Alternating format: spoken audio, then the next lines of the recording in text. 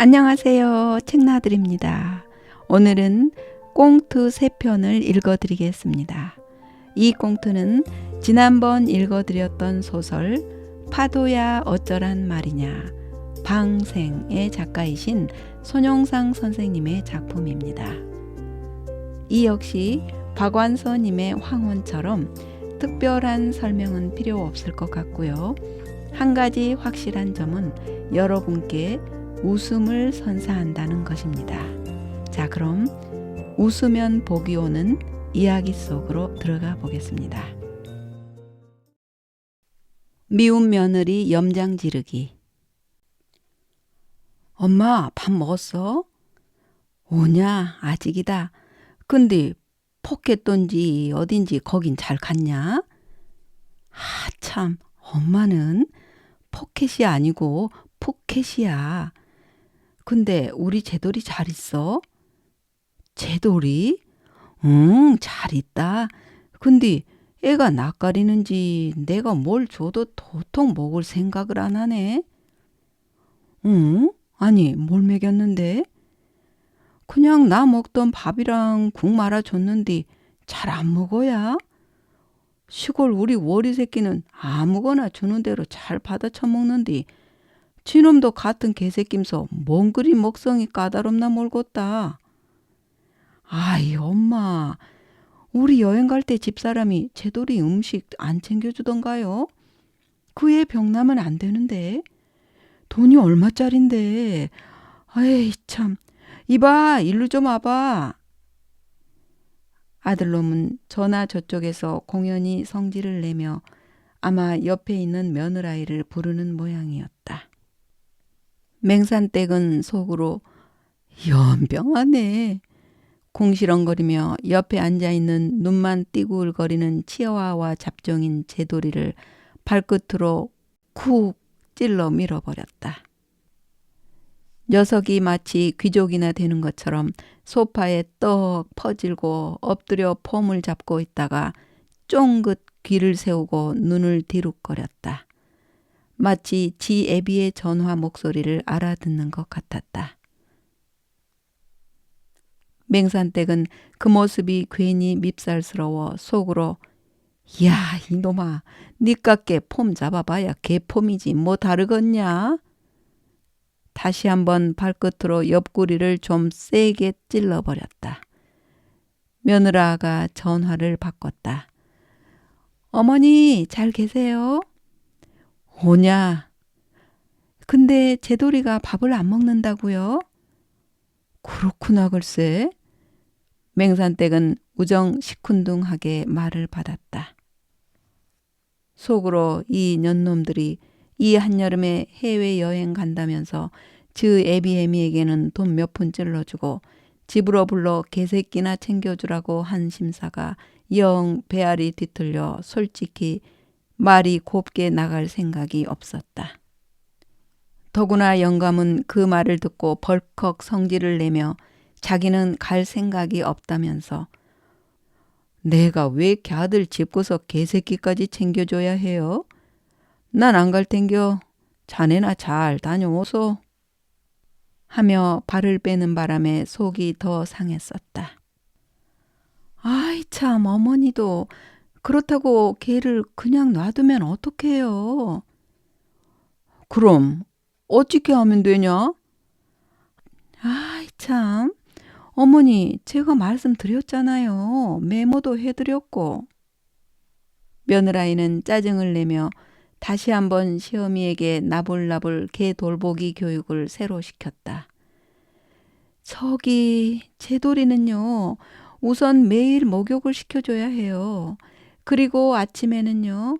냉장고에 있는 오리고기 점여놓은 거 살짝 덮여서 먹여야 돼요. 우유랑 같이요.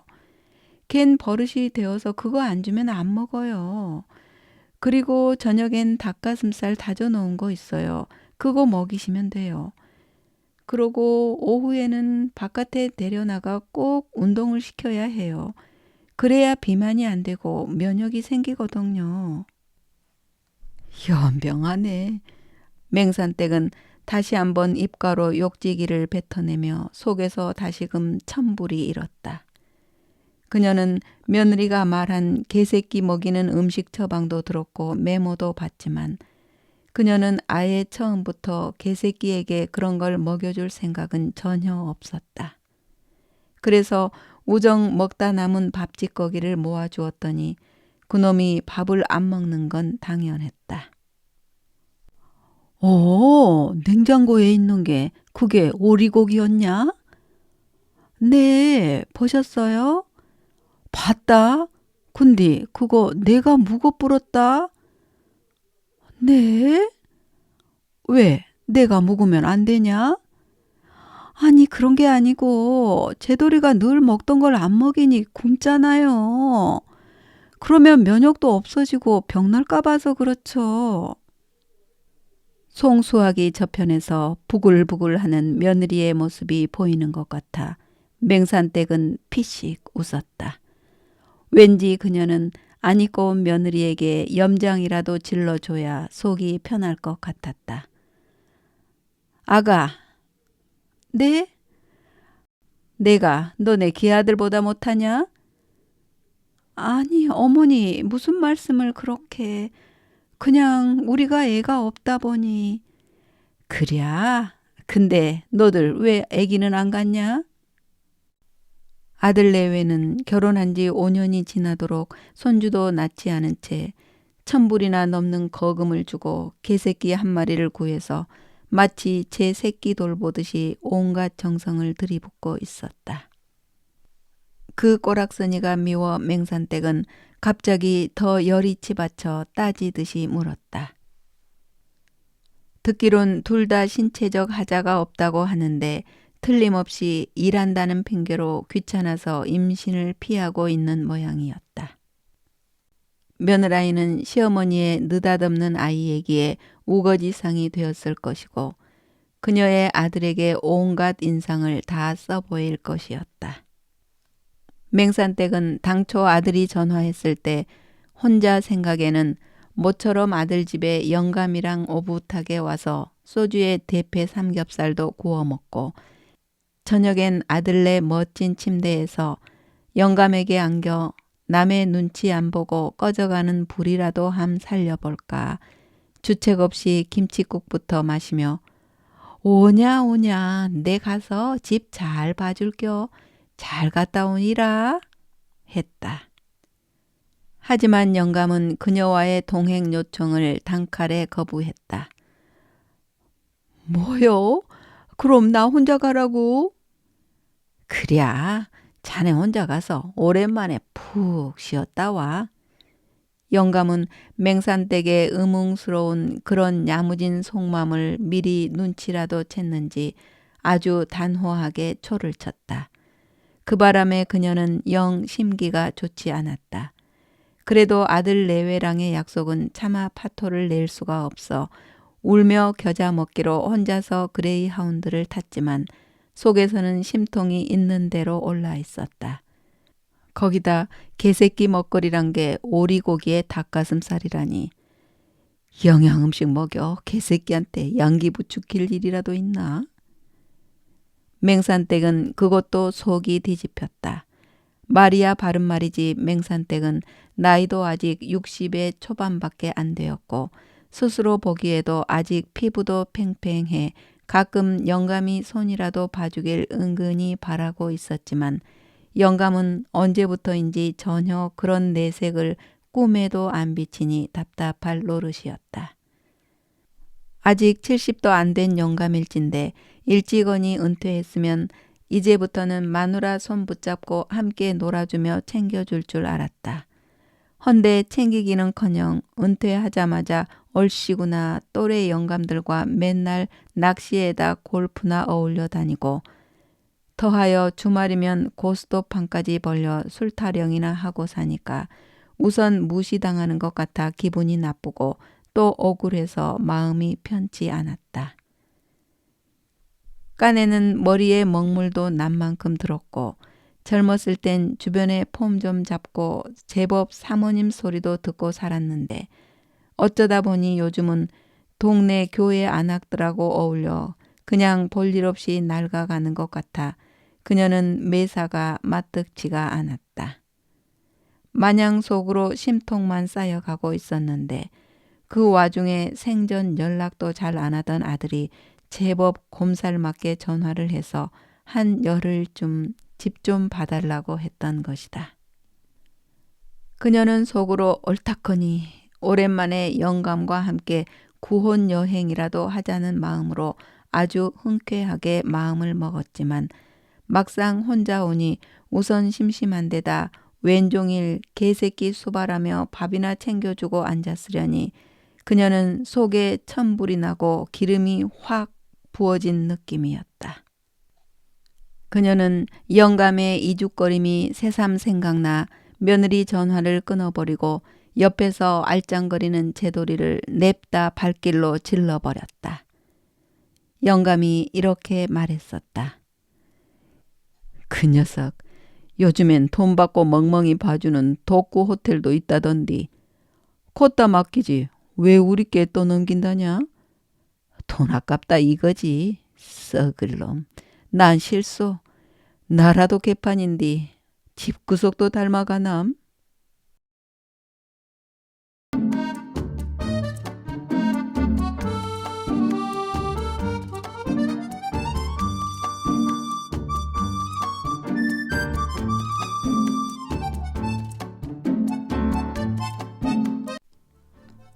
뿌리 조심하랬지?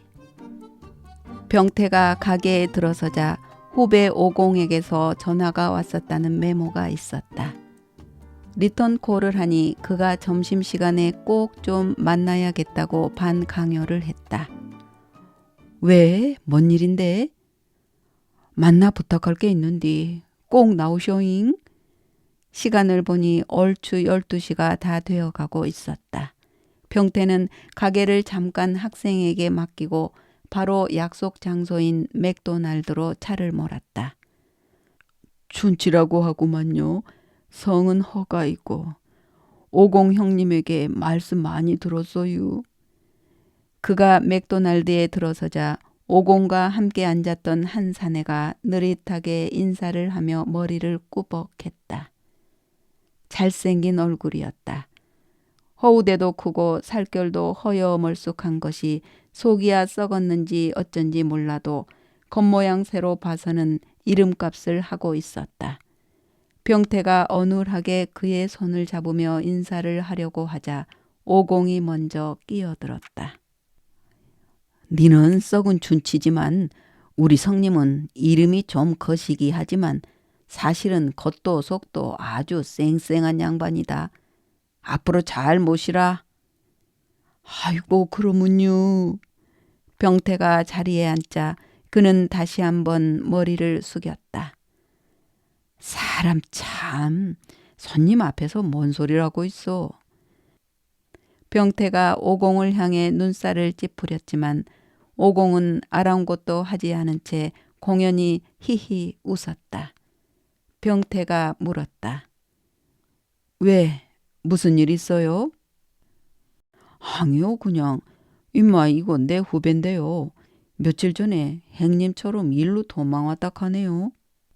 사람도 참 거 좀 도망하지 마소. 누가 들으면 무슨 큰 죄라도 짓고 진짜로 도망 온 줄 알겠소. 오공이 손을 회회 내저었다. 아이고 참 성님도 진짜로다 그렇다면 내가 말 함부로 하겠는겨. 그게 아니고 은원 좀 드릴라고. 오공의 말을 요약하면 이러했다. 준치랑은 서울에서 한창 노닥거릴 때 강남 캬바레에서 만난 친구인데 그는 춤이 도사급이라고 했다. 생긴 것도 준치답게 생겼기에 영동 일대 웬만한 캬바레나 나이트클럽에 가면 그는 항상 공짜로 술 먹고 춤추고 혹은 껄떡거리는 아줌마들과 심심찮게 재미도 보고 용돈도 얻어쓴 소위 제비, 강남 목수였다. 요즘은 흔하게 쓰는 말이지만 암튼 목수는 그들 세계의 은어였다. 왜냐면 연장만 차고 다닌다고. 그의 말에 의하면 목수도 급수가 있는데 아주 하급들이나 여자 등치고 협박을 하지 1급들은 그것과 전혀 다르다고 했다. 말하자면 1급 목수는 인생을 즐겁게 또 상대방을 즐겁게 해주며 격조 있게 사는 것을 모토로 한다고 했다. 그러니까 인류를 아름답게, 사회를 아름답게 그리 만드는 게 1급 제비들의 의무라 할 수 있는 기라요. 그러구마. 기왕이면 미국에 왔으니 이 바닥에서도 잘하면 바람난 코미디안 아줌씨들끼리 모아서 즐겁게 해주고 외화벌이 해서 애국자 소리 함 들어봐도 괜찮지 않겠시요? 도대체 뭔 귀신 씨나라 까먹는 소리를 하는 거야? 병태가 태박을 놓았지만 오공은 한술 더 떴다. 형님요. 내 말 틀리는겨? 달러벌이를 꼭 여자들만 하란 맵이라도 있남요? 노랑나비 춤대회나 함 열면 난리 날 거구만. 준치 춤솜씨에 연장기술에 혼자 사는 노랑나비들이 환장할 거구만요. 그놈의 연장 차고 다니다 게장국집에 팔지도 못할 낀데. 오공은 얼마 전 어디서 주워 들은 관광비자로 미국 들어와 외화벌이 하는 여자들 얘기를 떠올렸는지 엉뚱하게 화장품 회사에 무슨 광고용 선전 문구까지 갖다 붙이며 후배라는 친구의 체면은 접어둔 듯 제멋대로 킬킬거렸다. 그리고는 느닷없이 애국가 박자에 맞춰 노란 사람 노란끼리 어쩌고 노래까지 곁들였다. 젠장할 1급이든 하급이든 제비는 제비지. 무슨 귀신 떡 갈라먹는 소리람? 병태는 기가 막혔지만 앞에 준치가 앉아있어 뭐라 대꾸도 못하고 그의 말을 듣고만 있었다. 오공이 웃음을 멈추고 본론을 끄집어내었다. 헌데 그건 농담이고 이 친구가 일이 생긴 기라요. 어쩌다가 깡패 오야봉 아줌마를 잘못 건드려 갖고설랑 생명의 위협을 느껴서 일로 달라 뺐딱하네요.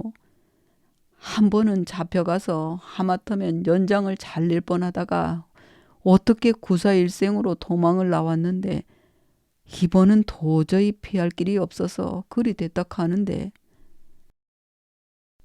오공이 그를 대변하다 말고 혼자서 끌끌 혀를 찼다. 좀 도와주셔요. 준칠한 사내는 의외로 순진하게 머리를 꾸벅 숙이며 흘끔 병태를 쳐다보았다. 오공이 병태에게로 시선을 돌렸다. 행님, 어째 길이 없겠는겨? 어쭈이 성님한테 부탁 한번 하면 안 되겠는겨? 병태는 또 한 번 기가 막혔다. 오공이 설레발을 치며 병태를 이 자리에 불러낸 이유를 이제야 알 것 같았다. 오공이 말하는 옷주의 성님이란 이 바닥에 와서 우연히 만난 병태의 고향 선배였다. 왕년에 서울 주먹세계에서 오야붕으로 한가닥 하던 양반인데 병태의 형과 친구이기도 해 그를 친동생처럼 챙겨주곤 하는 사람이었다. 한 번은 오공이랑 친구들을 불러내 신나게 한번 술을 사는 바람에 그들은 서로 그를 알고 있었다. 병태는 생각해 보았다. 하긴 그에게 부탁을 하면 하도 마당발이라 준칠한 친구의 연장을 자르려 한 똘마니 깡패 도목줌이야 유야무야 시킬 수 있을지도 몰랐다. 그는 입맛을 쩍 다셨다. 그래, 무슨 말인지는 알겠어. 하지만 뭐라고 부탁을 한담? 살다 보니 별일을 다 보네. 병태는 풀썩 웃음을 깨물었다. 오공이 눈을 또록또록 굴리며 딱한 표정을 지었다. 그리곤 제멋대로 준치를 향해 점잖게 한마디 했다. 아이고 임마야, 내 뭐라 카도노. 뿌리 조심하라 안 카도나. 사내가 입뿌리, 손뿌리, 또 거시기. 그놈의 뿌리 함부로 흔들면 신세 조지는 기라. 꼴 좋다. 준칠한 친구는 자기가 생각해도 한심한지 눈시울을 붉히며 핑 하고 코를 풀었다. 병태는 참 딱한 심정으로 도무지 이러한 기상천외한 일들이 한국에서부터 이 코메리칸 디스트릭으로 어찌 그리 비슷하게 노랑노랑 전염되어 오는지 마음이 착잡해지며 쓴웃음만 나왔다.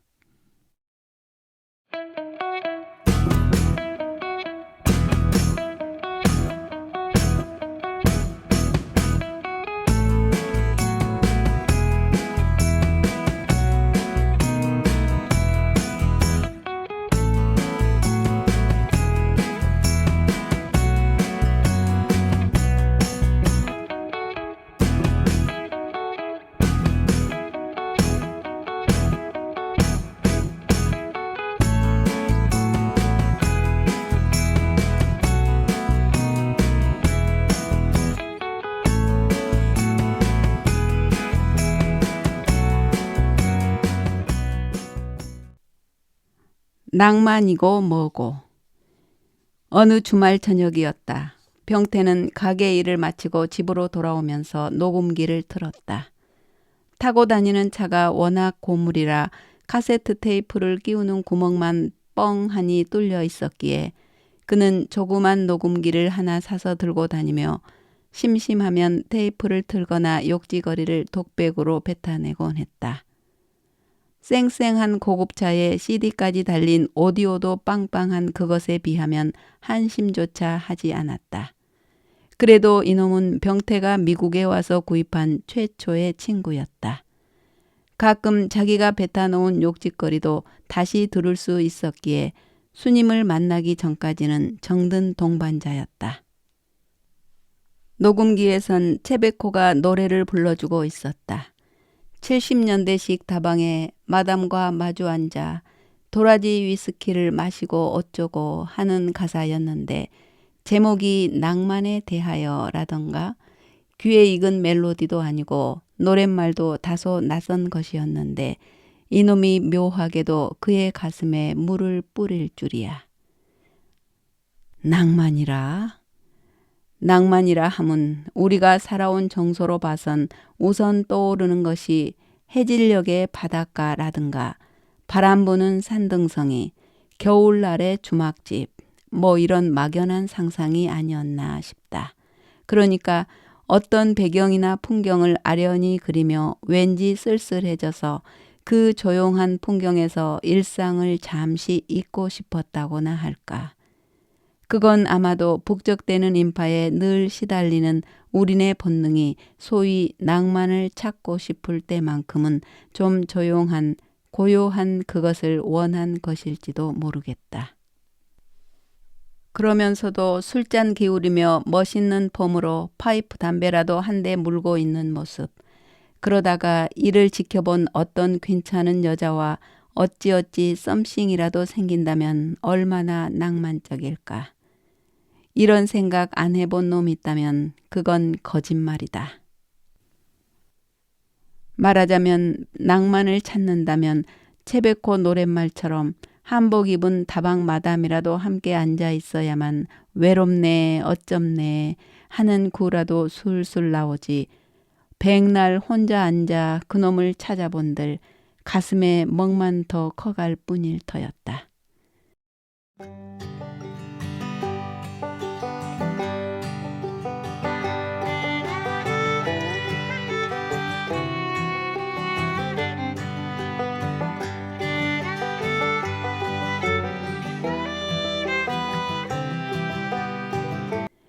미국은 더했다. 외롭고 쓸쓸해서 공원을 찾든 바닷가를 가든 말도 잘 안 통하는 희고 검은 친구들만 우글댈 뿐 누가 와서 너 외롭지? 하고 말이나 걸어주는 놈이 있었던가. 병태는 혼자 생각에 피식 웃음이 나왔다. 가이 새끼 낭만 같은 소리하고 자빠졌네. 그는 공연히 채백호가 밉살스러워졌다. 그러다 문득 옛날 캠퍼스 시절의 한 친구 녀석이 떠올라 삐딱해진 머릿속과는 달리 마음이 젖어왔다. 녀석은 병태보다 훨씬 이전에 미국에 왔다. 유학이었다. 고생고생 말이 아니었으나 청운의 뜻을 품고 드림랜드를 왔으니 얼마나 멋지냐. 하루하루를 견디다가 어느 해 성탄절을 맞았다고 했다. 기숙사 생활을 했는데 막상 명절이 다가오니 한 놈 두 놈 다 빠져나가고 완전히 녀석 혼자만 외톨이가 되었다고 했다. 내가 언제는 뭐 혼자 아니었나 하는 오기로 기숙사 뒷뜰에 홀로 앉아 만리 타향으로 큰 꿈을 안고 온 청년의 고독을 만끽하는 이 또한 낭만이 아니랴 싶어 몇 시간을 그렇게 앉아 있었다고 했다. 그리고 솔직히 누군가가 그의 모습을 보고 말이라도 걸어주길 기대했는데 도무지 몇 시간이 지나도 자기에게 관심을 가져주는 사람이 없다고 느껴지니 이건 낭만이 아니라 절망이었다고 했다. 그래서 그는 미친 듯이 차를 몰고 나가 다운타운으로 갔다고 했다. 오로지 사람 냄새를 맡으려고. 그러나 아무리 둘러보아도 놀아줄 사람도 없었고 새벽이 넘어가자 거리마저 텅텅 비었다고 했다. 야, 한국에선 밤늦게 들어가다가 보면 동네 어귀에 포장마차도 있고 구멍가게 앞에 평상 펴놓고 소주 마시는 아저씨들도 있잖아. 그러다 보면 런닝 셔츠 차림에 아는 얼굴이 어이 늦었네. 일로와 맥주 한잔 해. 날씨 되게 덥네. 그래 유학 준비는 잘 되는가? 하면서 불러주기도 하잖아. 이런 말들이 그리워 그는 한때 미칠 것 같았다고 썼던 그의 편지가 생각났다. 맞아, 병태는 담배를 빼어물며 고개를 주걱거렸다. 낮이건 밤이건 정신없이 일에 휘몰리다가 문득 정신을 차리면 이곳은 혹성이었다. 마켓이나 몰이 아니면 그나마 사람 구경도 하기 힘든 곳.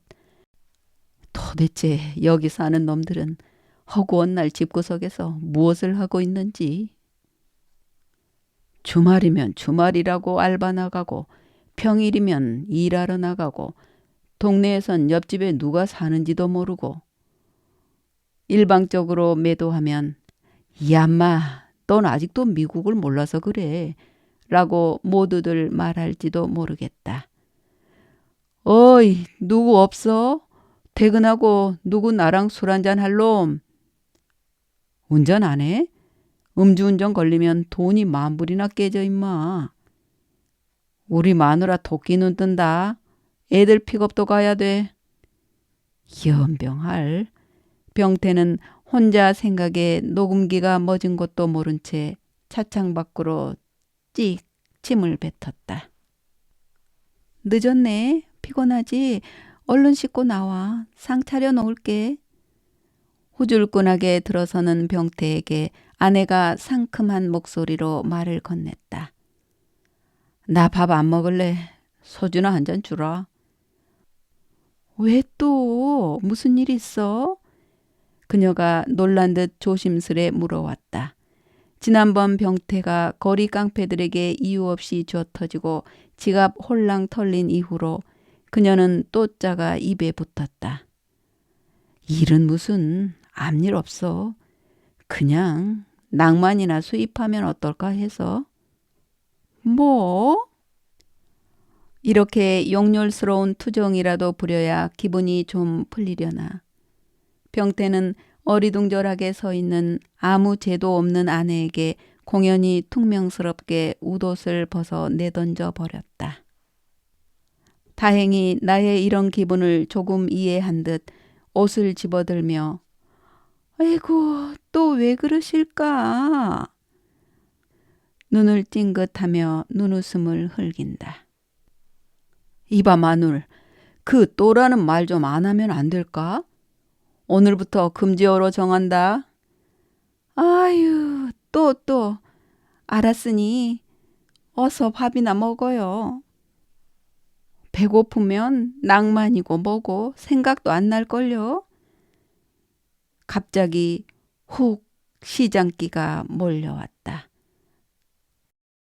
꼬르륵.